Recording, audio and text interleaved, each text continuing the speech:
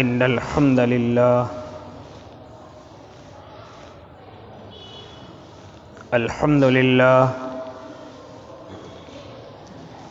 لله رب العالمين والعاقبة للمتقين والصلاة والسلام على سيد الأنبياء والمرسلين وعلى آله وأصحابه وأزواجه وذرياته أجمعين أما بعد فأعوذ بالله من الشيطان الرجيم بسم الله الرحمن الرحيم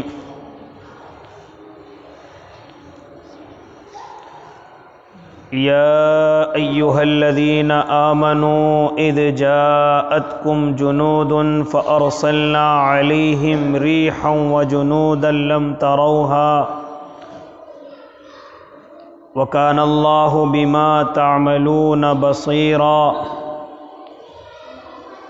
وقال تعالى يقولون إن بيوتنا عورة وما هي بعورة إن يريدون إلا فرارا صدق الله العظيم وصدق رسوله النبي الكريم ونحن على ذلك من الشاهدين والشاكرين والحمد لله رب العالمين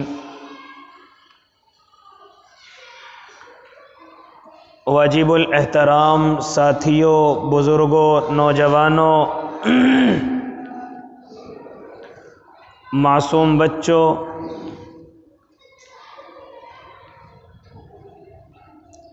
دراصل آپ کے سامنے گزشتہ کئی ہفتوں سے سیرت مطہرہ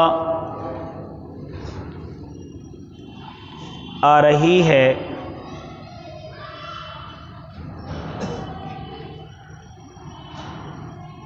بہت ساری چیزیں، بہت سارے اسباق، بہت ساری سمجھ اللہ رب العزت نے میرے اور آپ کے لیے سیرت مطہرہ کے اندر رکھی ہیں۔ تمام ایمان والوں کو چاہیے کہ اگر وہ پڑھنا جانتے ہیں تو سیرت طیبہ کا خوب مطالعہ کیا کریں۔ اگر انہیں پڑھنے کا موقع نہیں ملتا تو ہم جیسے درویشوں کے پاس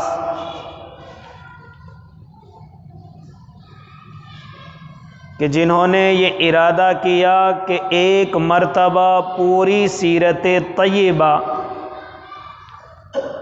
لوگوں کے سامنے پہنچ جائے، کہ ان پر پڑھنے کا وقت نہیں، تاکہ وہ ہم جیسے عاجزوں سے کم علم کے مطابق اس سیرت کو سن لیں اور ان کے سمجھ آ جائے کہ میرے اور آپ کے آقا کی زندگی کے لمحات کیسے تھے۔ یہ خاصہ اللہ رب العزت نے میرے اور آپ کے آقا کے لیے رکھا ہے کہ ان کے امتیوں نے ان کی ہر ادا کو محفوظ کر کے رکھا،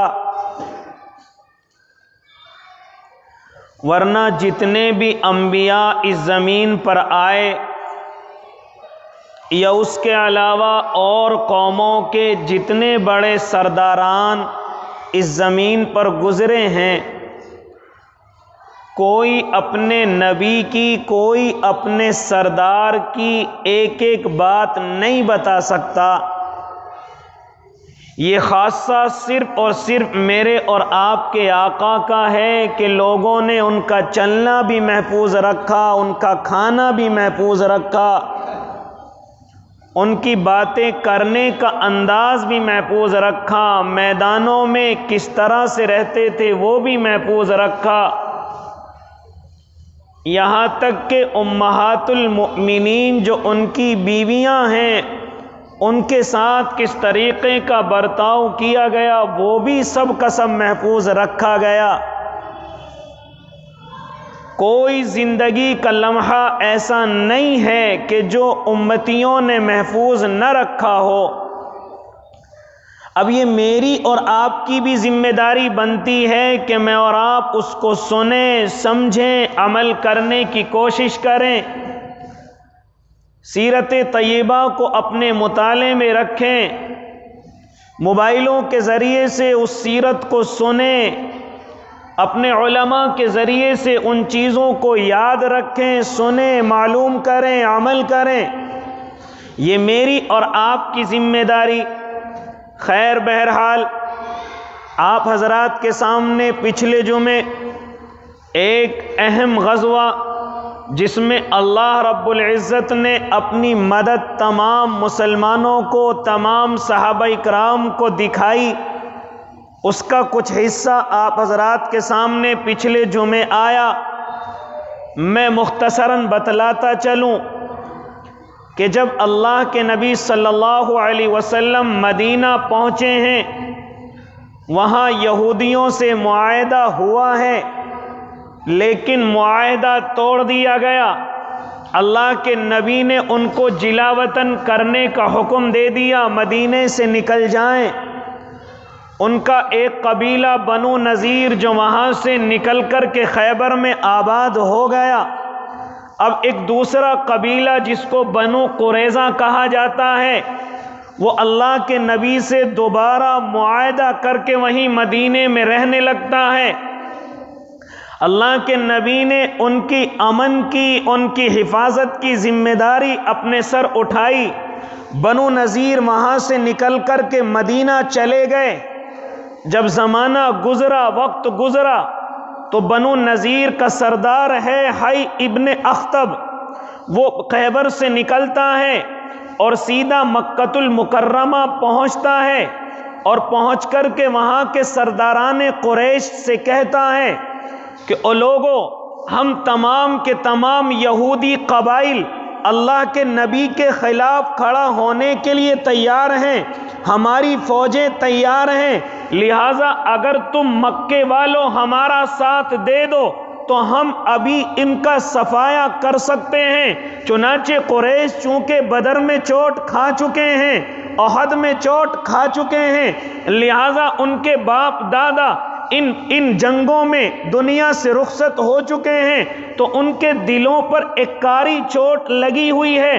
جب انہوں نے دیکھا کہ بنو نذیر کا سردار ہمارے پاس آ کر کے کہتا ہے، وہ کہتے ہیں ہم تو پہلے سے ہی محمد اور اس کے ساتھیوں کے مقابلے کے لیے تیار ہیں، لہٰذا اب ہمیں اور زیادہ تیاری کرنے کی ضرورت نہیں۔ ابو سفیان کہتا ہے لہٰذا میری فوجیں تیار ہیں۔ وہ 10,000 فوجیوں کو لے کر، جس میں قریش کے سردار بھی ہیں، قبیلہ غطفان کے لوگ بھی ہیں، وہاں کے سردار بھی ہیں، ان تمام سرداروں کو ملا کر کے 1,000 نہیں، 2-3 ہزار نہیں، بلکہ 10,000 کا پورا مجمع ابو سفیان کے ساتھ ہوا ہے، جس کی قیادت ابو سفیان کر رہا ہے۔ ان 10,000 کو لے کر مدینے کو چاروں طرف سے گھیر لیا گیا۔ اب اللہ کے نبی کو خبر معلوم ہوئی کہ ابو سفیان اور قبیلہ غطفان اور اس کے علاوہ اور جو چھوٹے چھوٹے بڑے قبائل ہیں وہ تمام کے تمام ایک جگہ جمع ہو کر میرے مدینہ پر حملہ کرنا چاہتے ہیں،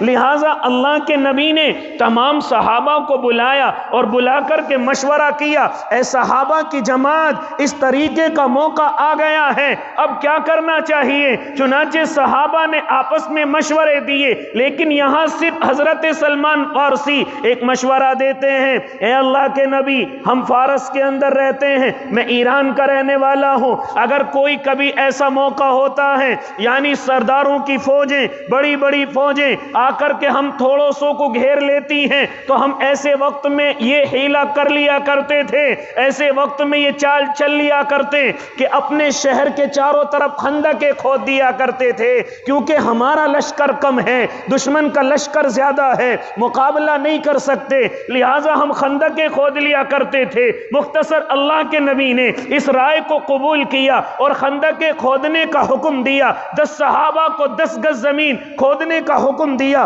5 گز اس کو گہرا رکھنا ہے۔ اس طریقے سے تمام صحابہ خندقیں کھودنے میں لگ گئے۔ میرے آقا دور نہیں بیٹھے بلکہ میرے آقا بھی صحابہ کے ساتھ خندقیں کھود رہے ہیں۔ یہ یہاں تک کی گفتگو آپ حضرات کے سامنے آ چکی ہے۔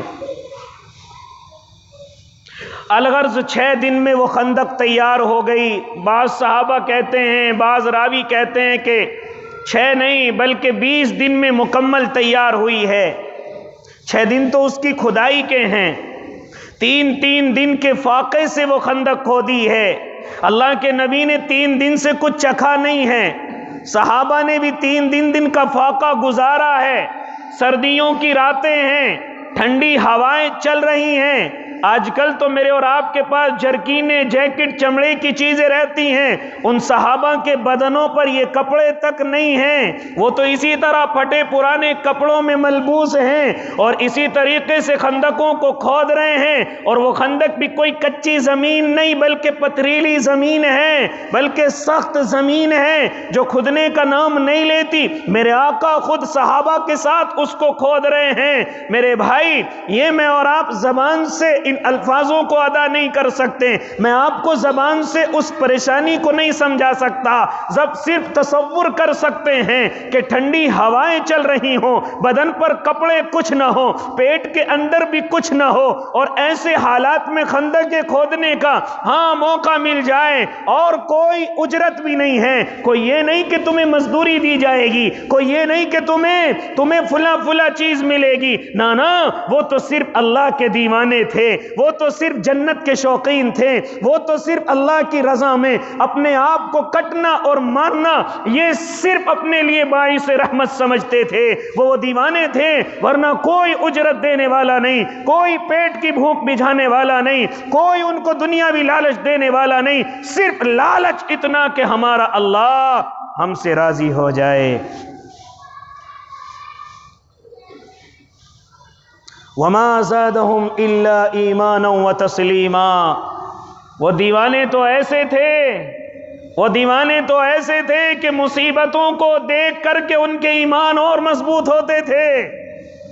میری اور آپ کی طرح بزدل نہیں، میری اور آپ کی طرح پیچھے ہٹ کر کے بھاگنے والے نہیں، میری اور آپ کی طرح ڈروں کی وجہ سے داڑیاں کٹوانے والے نہیں، میری اور آپ کی طرح کرتا پائجامہ چھوڑ کر پینٹ شرٹ پہننے والے نہیں، میری اور آپ کی طرح غیروں کے سامنے جھکنے والے نہیں، ان کی حالات نہیں ہیں، بلکہ میرا رب فرماتا ہے وَمَا زَادَهُمْ إِلَّا إِيمَانًا وَتَسْلِيمًا۔ پریشانیوں کو دیکھ کر، دشمنوں کے لشکروں کو دیکھ کر ان کے ایمانوں میں زیادتی ہوتی تھی، ان کے ایمان اور مضبوط ہوتے تھے، کمزور نہیں، بزدل نہیں، اپنے آپ کو چینج کرنے والے نہیں، بلکہ نہیں، اسی حالت میں جب ہم اللہ کے سامنے جائیں گے تو ہمارا اللہ بھی ہم پر فخر کرے گا۔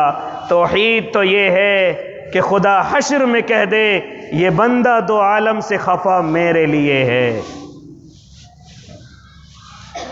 اس لیے میرے بھائی چاروں طرف سے گھیر لیے گئے، خندقیں تیار ہو گئی، اللہ کے نبی صلی اللہ علیہ وسلم کے پاس صحابہ جمع ہو گئے، یا نبی اللہ، یا نبی اللہ اب کیا کرنا ہے؟ اللہ کے نبی، نئی دعا کرنی ہے، اللہ کے سامنے سجدہ ریز ہونا ہے، اپنے دل میں ذرا سی دیر کے لیے یہ چیز مت لے آنا کہ ہم کمزور ہو جائیں گے، ہمیں ملیا میٹ کر دیا جائے گا، اس دین کو اس زمین سے ختم کر دیا جائے گا، اس اسلام کو اس زمین سے ختم کر دیا جائے گا، یہ اپنے ذہن میں ذرا سی دیر کے لیے بھی مت لے کر کے آنا۔ اگرچہ ہماری تعداد 3000 ہے اور سامنے والی فوج کی تعداد 10,000 ہے، ہاں 3000 10,000 کا مقابلہ کس طریقے سے کریں گے؟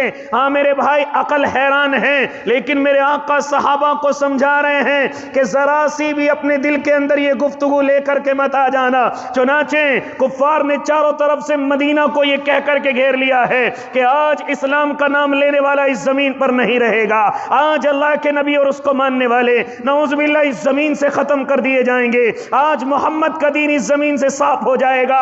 ہاں اس طرح غرہ رہے تھے، لیکن جیسے آگے کی طرف پہنچے اور دیکھا یہاں تو خندقیں کھدی ہوئی ہیں، ارے ان کی آنکھوں میں پانی آ گئے کہ یہ خندقیں کھودنے کا مشورہ ان کے پاس کہاں سے آیا ہے؟ ہم اب مدینہ کے اندر داخل نہیں ہو سکتے، ہم مدینہ کے اندر نہیں جا سکتے۔ لیکن یہ خندقیں اتنی سپورٹ کے لیے نہیں تھی میرے بھائی، ادھر سے وہ کفار، لیکن یہاں جیسے 10,000 نے ادھر سے گھیر رکھا ہے، اندر ایک قبیلہ رہتا ہے۔ میں نے ابھی شروع گفتگو میں ایک بات کہی تھی کہ بنو نذیر مدینہ چھوڑ کر کے جا چکے ہیں، لیکن بنو قریظہ سے معاہدہ ہو چکا ہے، وہ مدینے کے اندر ہی رہتے ہیں۔ چنانچہ لیکن یہ یہودیوں کا قبیلہ ہے، یہ بنو قریظہ پورا یہودیوں کا قبیلہ ہے۔ حی بن اخطب بنو قریظہ کے سردار کے پاس، کعب بن اسد کے پاس بھی پہنچا اور پہنچ کر کے کہتا ہے، حالانکہ کعب بن اسد نے اس پہلے اسے دیکھ کر کے دروازہ بند کر لیا، کہتا ہے او کعب دروازہ کیوں بند کر رہے ہو؟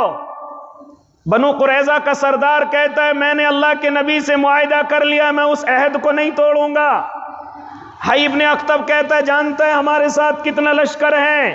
مدینہ کا تمام لشکر، مکے کا تمام لشکر ابو سفیان کے ساتھ ہیں، غطفان کا تمام لشکر ہمارے ساتھ ہیں، اگر یہ موقع تجھ سے نکل گیا تو یاد رکھنا پوری زندگی ذلت کی جیے گا، اور اگر تو بھی ہمارے ساتھ آ گیا تو ہم تجھے اتنا اتنا خجور دیں گے، ہم تجھے اتنا اتنا مال دیں گے، ہم تجھے اتنی اتنی سرداری دیں گے۔ لہٰذا وہ بہکائے میں آتا نہیں۔ خیر بہرحال جیسی بہکانے کی کوشش کی، کبھی کبھی انسان بہکائے میں آ جاتا ہے طاقت کو دیکھ کر، کمزوری کو دیکھ کر، کبھی کبھی انسان کمزوری کو دیکھ کر طاقت کی طرف چلا جاتا ہے، ارے یہ طاقت والے ہیں، ادھر والے کمزور ہیں، لہٰذا ان کا ساتھ دینے کی ضرورت نہیں ہے، اب ہمیں طاقت کی طرف ہو جانا چاہیے۔ جیسا کہ آج کل دیکھنے میں آ رہا ہے کہ اچھا خاصا مسلمان کمزوروں کی طرف نہیں بلکہ طاقتوروں کی طرف جانے میں ہاں عزت محسوس کر رہا ہے، لیکن وہ نہیں جانتا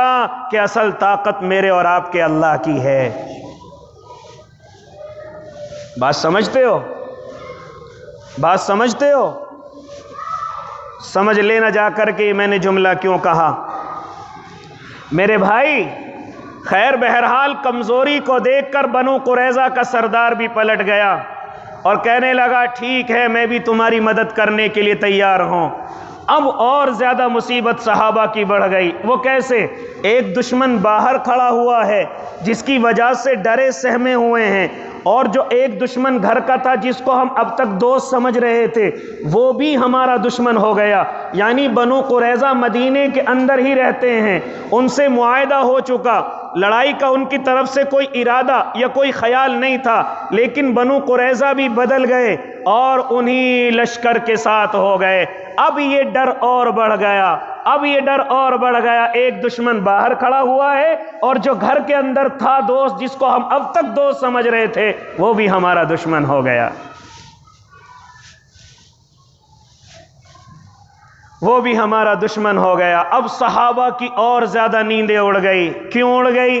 اس لیے کہ جدھر بنو قریظہ رہتے ہیں ادھر ہی اللہ کے نبی نے مدینے کی تمام عورتوں کو اور مدینے کی تمام بچیوں کو اور اسی طرح اپنی ازواج مطہرات کو جو اللہ کے نبی کے نکاح میں ہیں ان سب کو ایک قلعے کے اندر جمع کر دیا تھا۔ چنانچہ کیونکہ ادھر سے کوئی ڈر نہیں تھا، بنو قریظہ اپنے ہی آدمی ہیں، لیکن بنو قریظہ نے چونکہ غداری کی اور بغاوت کا اعلان کر دیا، اب اللہ کے نبی کو یہ خطرہ محسوس ہوا کہ اگر بنو قریظہ حملہ کرتے ہیں تو ہماری عورتوں اور بچیوں کی عصمت دری ہوگی، ان کی بے عزتی ہوگی، لہٰذا اب یہ ڈر اور بڑھ گیا، اب یہ ڈر اور بڑھ گیا۔ یہ ڈر اتنا بڑھا کہ سامنے دشمن کھڑا ہوا ہے گھر سے باہر اور گھر کے اندر کا دوست بھی دشمن ہو گیا۔ اب یہ ڈر اتنا بڑا، اللہ کے نبی کے دل کے اندر خیال آیا، کیا خیال آیا؟ کیوں نہ میں غطفان کے سردار کو بلا کر اس سے ایک معاہدہ کر لوں۔ معاہدہ کیا ہے؟ اے غطفان کے سردار،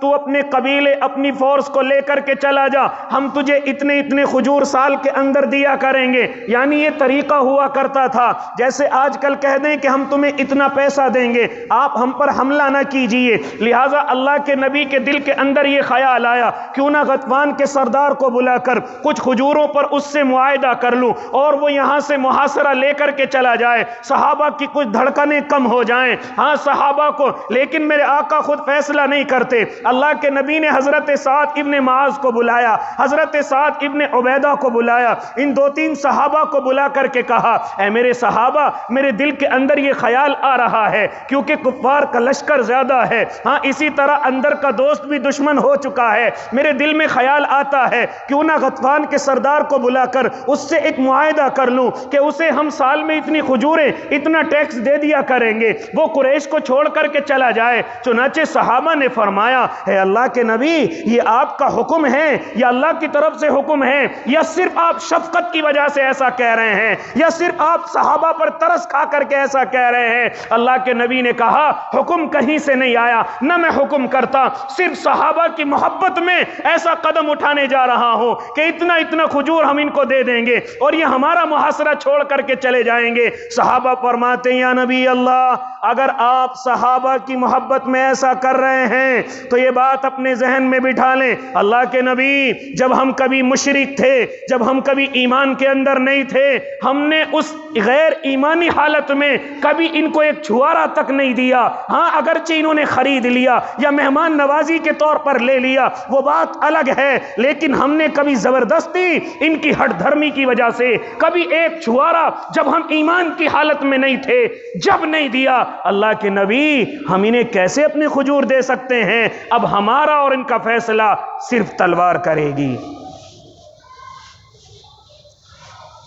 یہ کس کے لفظ ہیں؟ یہ صحابہ اکرام کے لفظ ہیں۔ اللہ کے نبی، صحابہ کے دل اتنے کمزور نہیں ہیں، جو کمزور ہیں وہ نکلنے والے ہیں۔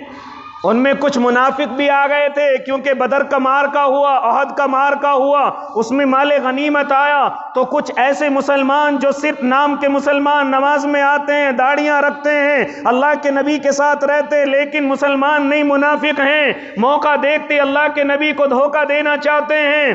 ایسے وقت میں جب دیکھا کہ ہم باہر سے بھی گھیر لیے گئے اور اندر کا دوست بھی دشمن بن چکا ہے، تو کچھ جماعتیں اکٹھی ہو کر اللہ کے نبی کی خدمت میں آ کر کہتی ہیں، یقولون ان بیوتنا عورا وما ہی بعورا ان یریدون الا فرارا۔ کیا کہا ان لوگوں نے؟ اللہ کے نبی، ہم اپنے گھر کھلے ہوئے چھوڑ کر کے آ گئے ہیں، اللہ کے نبی ہمارے بیوی بچے وہاں پر موجود ہیں، ہاں ہم ذرا ان کی حفاظت کے لیے جاتے ہیں۔ میرا رب کہتا ہے، وما ہی بعورا ان بیوتنا عورا وما ہی بعورا، ہاں ان یریدون الا فرارا، کچھ کھلا ہوا نہیں ہے ان کا، کچھ ان کے بچے کہیں نہیں ہیں، بلکہ وہ ان یریدون الا فرارا۔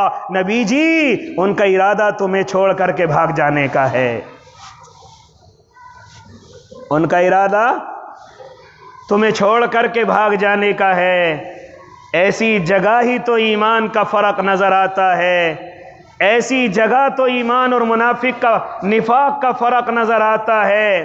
جو ذرا سی مصیبتوں کو دیکھ کر کے گھبرا جائیں، اپنے ایمان سے پھرنے کی کوشش کریں، اپنے آپ سے پھرنے کی کوشش کریں، جو ظاہری ایمان ان کے درمیان میں اس کو ختم کرنے کی کوشش کریں، یہی تو نفاق ہے، یہی تو اللہ کی نفرت ہے، یہی تو اللہ کی طرف سے دشمنی ہے، یہی تو لوگ ہیں جو مومن نہیں ہیں، جو ذرا سی مصیبتوں کو دیکھ کر کے اپنے آپ کو بدلنے کی کوشش کرتے ہیں، جو ذرا سی پریشانیوں کو دیکھ کر اپنے لباس، اپنے چہرے کو چینج کرنے کی کوشش کرتے ہیں، جو ذرا سے کام کاج کی وجہ سے قسمیں دھرمیں کھانے کی کوشش کرتے ہیں، یہ مومن نہیں ہیں، یہ مومن نہیں ہیں۔ انہی کو اس جنگ میں، اس غزوے میں اللہ رب العزت نے الگ کر دیا۔ یقولون ان بیوتنا عورا وما ہی بعورا ان یریدون الا فرارا۔